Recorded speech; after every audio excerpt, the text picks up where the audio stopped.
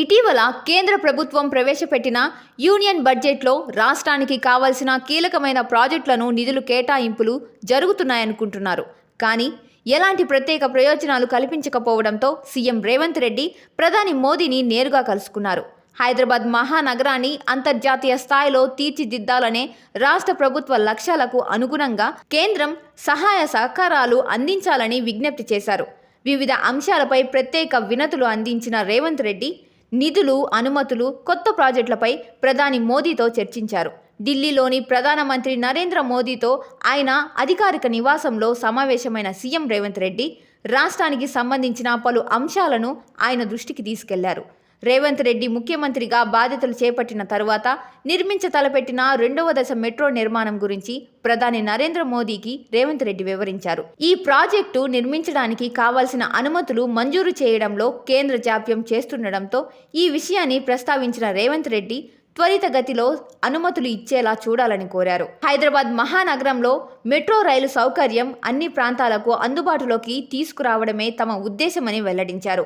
గత బీఆర్ఎస్ ప్రభుత్వం 10 ఏళ్లుగా హైదరాబాద్ నగరంలో మెట్రో విస్తరణపై దృష్టి సారించలేదని తెలిపిన CM Revanth Reddy phase AA కింద 24,269 కోట్ల అంచనా వ్యయంతో 76.4 కిలోమీటర్ల పొడవైన 5 కారిడార్లను ప్రతిపాదించినట్లు ప్రధాని మోదీకి వివరించారు.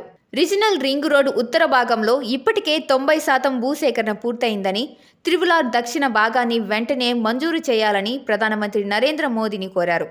ఉత్తర భాగంతో పాటే దక్షిణ భాగం పూర్తయితే త్రిపుల్ పూర్తిగా స్వాధీనం చేసుకోగలమన్నారు. దక్షిణ భాగం భూసేకరణకు అయ్యే వ్యయంలో 50% భరించేందుకు తాము సిద్ధంగా ఉన్నామని తెలిపిన సీఎం రేవంత్ రెడ్డి ప్రాజెక్టును వేగంగా పూర్తి చేసేందుకు చర్యలు చేపట్టాలని కోరారు.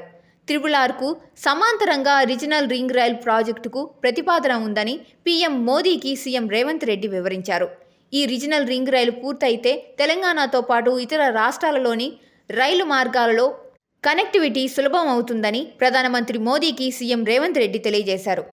రీజనల్ రింగ్ రైలుకు అనుమతి ఇవ్వాలని కోరారు.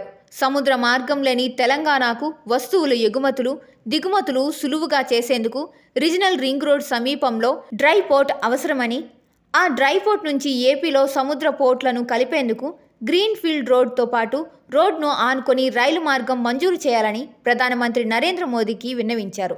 తెలంగాణ సంస్కృతి ఆధ్యాత్మిక మూసీ నదితో ముడిపడి ఉందని, రాజధాని హైదరాబాద్ నగరం మధ్యగా మూసీ ప్రవహిస్తోందని పీఎంకు వివరించారు.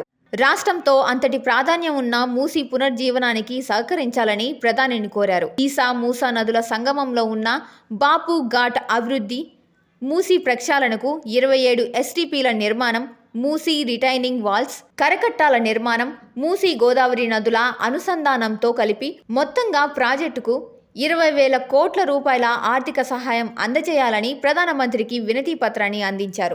గాంధీ సరోవర ప్రాజెక్టుకు 222.7 ఎకరాల రక్షణ భూములు బదిలీకి సహకరించాలని పీఎంకు ముఖ్యమంత్రి విజ్ఞప్తి చేశారు. రాష్ట్ర విభజన తర్వాత తెలంగాణకు 61 IPS కేడర్ పోస్టులు వచ్చాయని, 2015లో రివ్యూ తర్వాత మరో 15 పోస్టులు అదనంగా వచ్చాయని ప్రధానమంత్రి నరేంద్ర మోదీకి ముఖ్యమంత్రి రేవంత్ రెడ్డి తెలిపారు. సైబర్ నేరాలు, డ్రగ్స్ కేసులు పెరగడం, రాష్ట్రంలో పెరిగిన పట్టణాలు, ఇతర అవసరాల దృష్ట్యా తెలంగాణకు అదనంగా 29 IPS పోస్టులు మంజూరు చేయాలని, సెమీ కండక్టర్ల పరిశ్రమ ఏర్పాటుకు అనువైన పరిస్థితులు తెలంగాణలో ఉన్నందున ఇండియా సెమీ కండక్టర్ మిషన్ ప్రాజెక్టును రాష్ట్రంలో ఏర్పాటు చేసేందుకు అనుమతించాలని ప్రధానమంత్రి నరేంద్ర మోదీని ముఖ్యమంత్రి రేవంత్ రెడ్డి కోరారు. ప్రభాత సూర్యుడు జాతీయ తెలుగు దినపత్రిక.